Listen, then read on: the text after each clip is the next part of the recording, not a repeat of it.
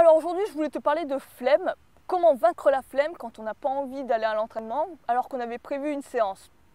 Tu sais, ça peut tous nous arriver où il y a des moments où tu es bien à l'aise chez toi en train de jouer à des jeux vidéo et tu as tout sauf envie d'aller te bouger le cul pour te refroidir les miches et faire quelques tractions. Souvent, on a cette flemme-là. Et donc, comment faire pour vaincre cette flemme et quand même faire son entraînement, faire ce qu'on a prévu de faire pour devenir plus fort, pour atteindre nos objectifs. Alors, tu sais, je suis la première personne à te dire qu'il faut que tu suives ton instinct, qu'il faut que tu suives tes inspirations. Mais le problème avec la flemme, c'est que c'est pas vraiment ton instinct qui te le dicte. Tout simplement pourquoi ? Parce que souvent, lorsque tu suis ton instinct, tu ne le regrettes jamais.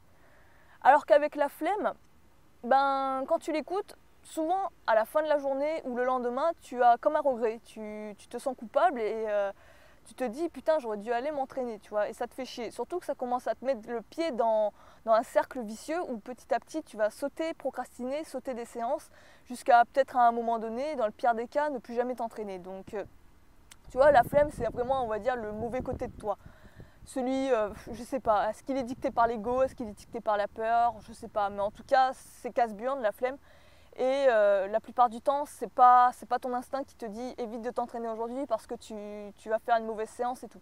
Donc aujourd'hui, on va voir comment, je vais te donner quelques conseils pour hacker ça, comment faire pour vaincre la flemme, pour faire en sorte que tu ne loupes jamais aucune séance et que petit à petit, la flemme te fasse plus du tout chier. Le premier conseil que je voulais te donner, c'est mets-toi en mouvement. Alors qu'est-ce que j'entends par là ? Tu sais, on est une société où la plupart du temps, on est posé notre cul sur une chaise. Si c'est pas sur une chaise, c'est sur un fauteuil, enfin bref. On est pratiquement sédentaire. On fait plus aucun effort physique. À part quelques métiers, quelques rares métiers physiques, comme par exemple la maçonnerie ou des trucs comme ça, tu vois. Là, les trois quarts des gens, ils vont poser leur cul par terre, ils vont poser leur cul sur une chaise et pas bouger de la journée. Et après, à devoir passer cette journée, on va dire léthargique au niveau du corps, c'est comme si en gros tu le forçais et tu lui disais allez mon pote, maintenant tu as 1 heure, on va vraiment tout donner, on va se défoncer à fond à la salle pendant 1 heure avant de revenir à notre état léthargique où on pose notre cul sur une chaise, tu vois. Donc en gros dans toute ta journée tu as 1 heure d'activité.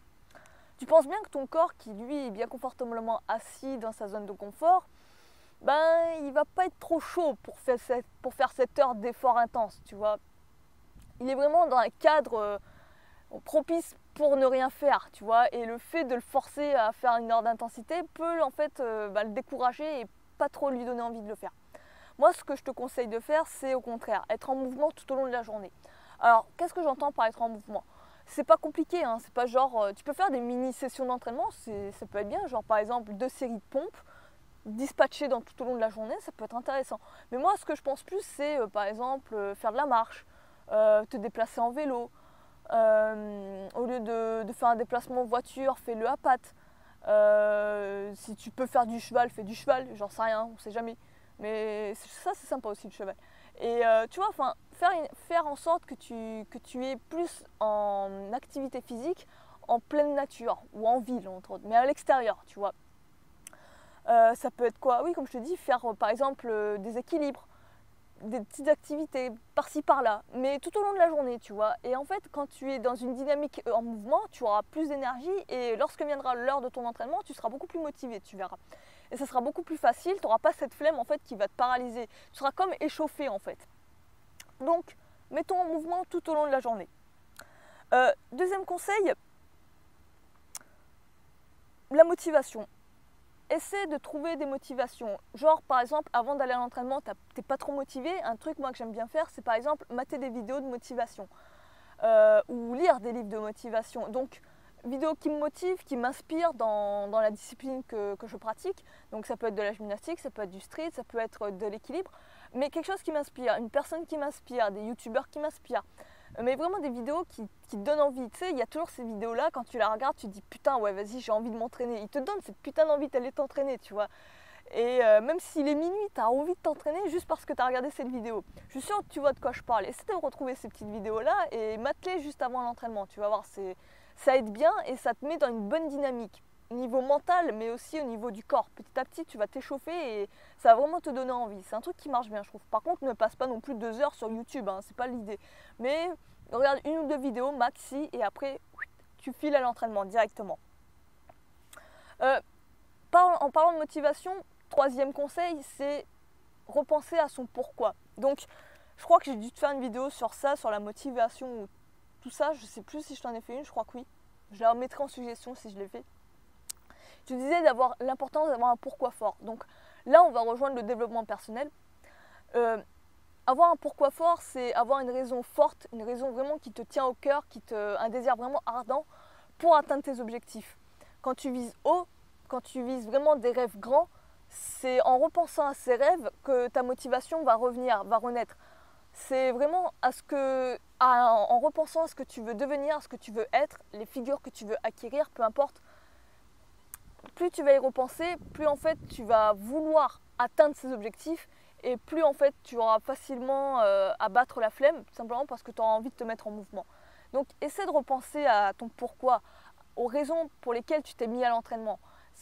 Quels sont tes objectifs? Pourquoi as-tu voulu faire ça? Pourquoi tu fais ça? Pourquoi est-ce que tu te fais chier à t'entraîner chaque jour? Tu vois, pose-toi ces questions et vois en fait ce que ça va donner après.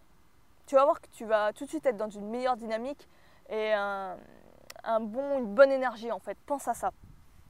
Ensuite, 4e conseil, essaie de changer d'environnement. Essaie de changer d'environnement, d'entraînement. L'être humain, il n'aime pas trop la routine, ça le fait chier, ça le barbe. En même temps, c'est compréhensible. Toujours faire la même chose, toujours faire le même entraînement, faire les mêmes choses de manière répétitive, sans objectif, sans progression, c'est chiant. T'évolues pas en fait, tout simplement. Donc c'est pas ce qu'on recherche. Essaie de changer d'environnement. Des fois, ça peut t'inspirer. Peu importe, même si tu es en salle par exemple, essaie de t'entraîner dehors.